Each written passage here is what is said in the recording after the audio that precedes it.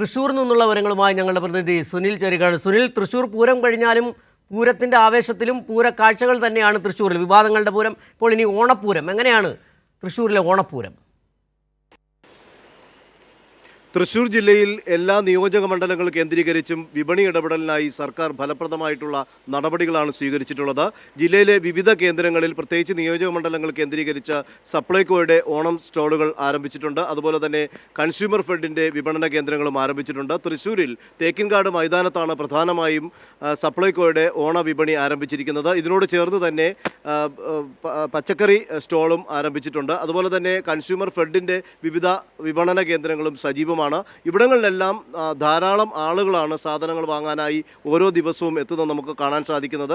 കാരണം 13 ഇന സാധനങ്ങൾ സബ്സിഡി നിരക്കിലാണ് നൽകുന്നത്. മട്ടയരി, കുറുവയരി, ജയരി അടക്കമുള്ള അവ ഇതിനകത്ത് ഉൾപ്പെടുന്നുണ്ട്. അതുപോലെ തന്നെ പയറും മുളകും ഇതിനകത്ത് ഉൾപ്പെടുന്നുണ്ട്. അതിനു പുറമെ സബ്സിഡി നിരക്ക് അല്ലാതെയും ആളുകൾക്ക് സാധനം വാങ്ങുന്നതിന് വേണ്ടിയിട്ടുള്ള പാക്ഡ് ഐറ്റംസും സപ്ലൈകോയുടെ വിവിധ വിപണികളിലുണ്ട്.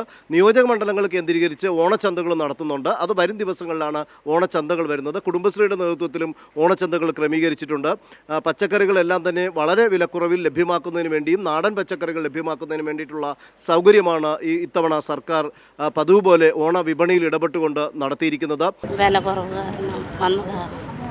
മിളക്, പരിപ്പ്, പഞ്ചസാര, മല്ലി, പയറ്, ജീരകം പുറത്തുള്ളേക്കായും 4 രൂപ കുറവുണ്ട്. അതിലൂടെ വില കുറവുണ്ട്, കുറവാണ്. ചിലതിനൊക്കെ വിൽക്കലും കുറവുണ്ട്.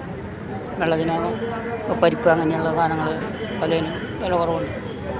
എല്ലാവർക്കും സമൃദ്ധമായ രീതിയിൽ തന്നെ തങ്ങളുടെ ബഡ്ജറ്റിൽ നിന്നുകൊണ്ട് തന്നെ ഓണം ആഘോഷിക്കുന്നതിന് വേണ്ടിയിട്ടുള്ള എല്ലാ സജ്ജീകരണങ്ങളും വിപണി ഇടപെടലിനായി സംസ്ഥാന സർക്കാർ നടത്തിയിട്ടുണ്ടെന്നുള്ളത് നമ്മൾ ജില്ലയിലെ ഓരോ കേന്ദ്രങ്ങളിലും പോകുമ്പോഴും മനസ്സിലാക്കാൻ സാധിക്കുന്നതാണ്. ഇപ്പോൾ ഉള്ള ഓണ വിപണികൾക്ക് പുറമെ മാവേലി സ്റ്റോറുകളിലും എല്ലാ അവശ്യ സാധനങ്ങളും ആളുകൾക്ക് വാങ്ങുന്നതിന് വേണ്ടിയിട്ട് എല്ലാ ക്രമീകരണങ്ങളും സർക്കാർ ചെയ്തിട്ടുണ്ട്. എല്ലാ വിപണന കേന്ദ്രങ്ങളിലും നല്ല രീതിയിലുള്ള ഒരു തിരക്ക്, അല്ലെങ്കിൽ ജനങ്ങൾ നല്ല രീതിയിലുള്ള ഒരു പ്രതികരണമാണ് ഇതിനോട് നടത്തുന്നത്. കാരണം നല്ല സാധനം വില കുറഞ്ഞ് ലഭിക്കുന്നു. അതുകൊണ്ട് തന്നെ തങ്ങളുടെ കയ്യിലുള്ള പണം ഉപയോഗിച്ചുകൊണ്ട് ഓണം വിപുലമായി തന്നെ ആഘോഷമാക്കാൻ സാധിക്കുന്നു എന്നുള്ള ഒരു അഭിപ്രായമാണ് ജനങ്ങൾക്കിടയിൽ നിന്ന് ഉണ്ടായിരിക്കുന്നത്.